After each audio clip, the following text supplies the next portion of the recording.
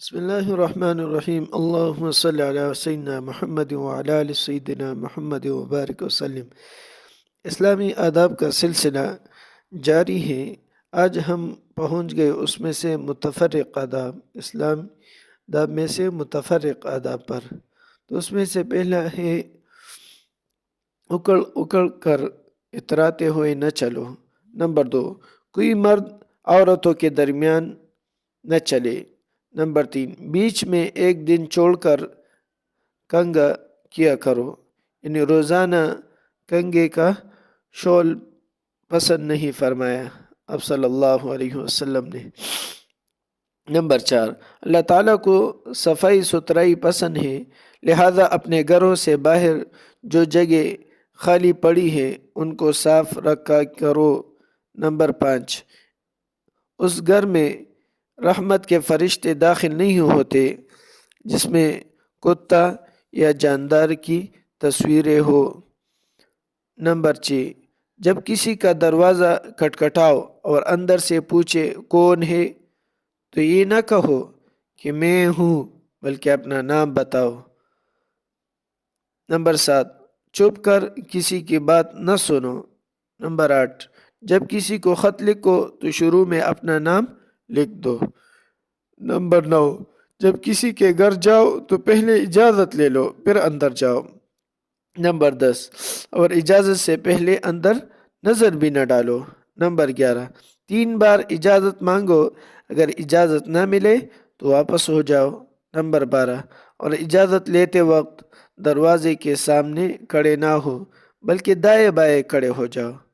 Number 13، اپنی والدہ کے پاس جانا ہو تب بھی اجازت لے کر جاؤ۔ نمبر 14، کسی کی چیز مذاق میں لے کر نہ چل دو۔ نمبر 15، ننگی تلوار جو نیام سے باہر ہو دوسرے شخص کے ہاتھ میں نہ دو۔ اسی طرح چاقو، چھری وغیرہ کھلی ہوئی کسی کو نہ پکڑاؤ، اگر ایسا کرنا پڑے تو اس کے ہاتھ میں دستہ دے دو۔ نمبر 16، زمانہ کو برا مت کہو کیونکہ اس کا الٹ پیر اللہ ہی کے قبضے میں ہے، کیونکہ اس کا الٹ پیر اللہ ہی کے قبضے میں ہے۔ نمبر 17، ہوا کو برا مت کہو۔ نمبر 18، بخار کو بھی برا کہنا منع ہے۔ نمبر 19، جب چھوٹے بچے کی زبان چلنے لگے تو اسے پہلے لا الہ الا اللہ کہلاؤ۔ نمبر 20، اور 7 سال کا ہو جائے تو اسے نماز سکھاؤ اور نماز پڑھنے کا حکم دو۔ 21، اور جب اولاد 10 سال کی ہو جائے تو ان کو نماز نہ پڑھنے پر مارو اور ان کے بستر الگ الگ کرو۔ نمبر 22، جب شام کا وقت ہو جائے تو اپنے بچوں کو باہر نکلنے سے روک لو کیونکہ اس وقت شیاطین پھیل جاتے ہیں۔ پھر جب رات کا کچھ ابتدائی حصہ گزر جائے تو بچوں کو باہر جانے کی اجازت دے دو۔ عموماً یہ وقت عصر کی نماز کے بعد سورج گرنے کا وقت ہوتا ہے، اسی وقت علماء نے منع فرمایا ہے۔ تو یہ نمبر 23، اور اللہ کا نام لے کر دروازے بند کر دو کیونکہ شیطان بند دروازے کو نہیں کھولتا، اور مشکیزوں کو تسموں سے باندھ دو۔ نمبر 24، اور اللہ کا نام لے کر اپنے برتنوں کو ڈھانک دو، اگر ڈھانکنے کو کچھ بھی نہ ملے تو کم از کم برتن کے اوپر ایک لکڑی ہی رکھ دو۔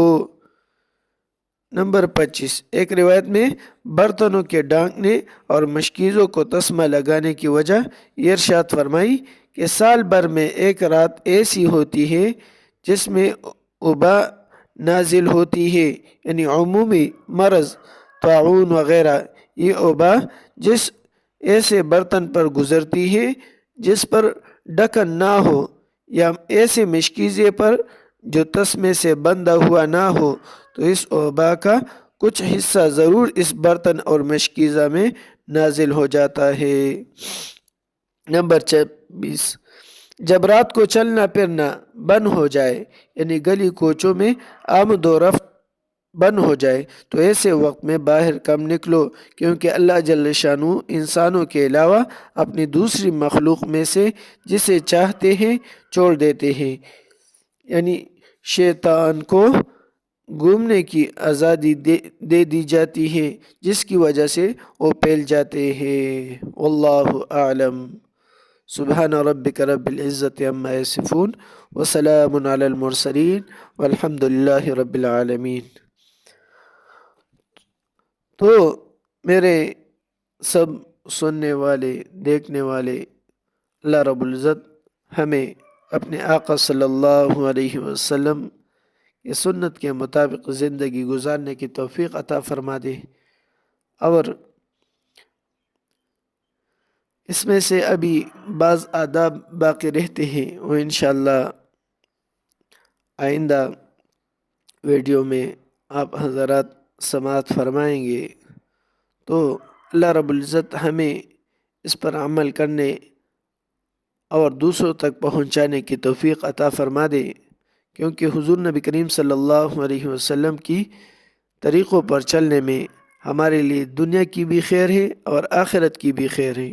انشاءاللہ اگر ہم نے اس میں سے کوشش کر لیں کہ پورے کے پورے کو اپنی زندگی میں لانے کی کوشش کریں، اگر ایک پر بھی ہم نے کیا کر لیا، عمل کرنا شروع کر دیا، تو انشاءاللہ العزیز معاشرے میں تبدیلی آئے گی۔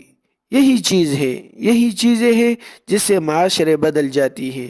اور لوگوں نے آپ کو جتنے بھی طریقے، جتنے بھی ٹوٹکے، جتنے بھی چیزیں بتائی ہیں، اگر آپ اس سے معاشرہ بدلنا چاہو گے تو نہیں بدلے گی، کیونکہ اللہ رب العزت نے صاف فرمایا ہے، اللہ رب العزت نے صاف فرمایا ہے، قل ان کنتم تحبون اللہ فاتبعونی یحببکم اللہ ویغفر لکم ذنوبکم واللہ غفور رحیم۔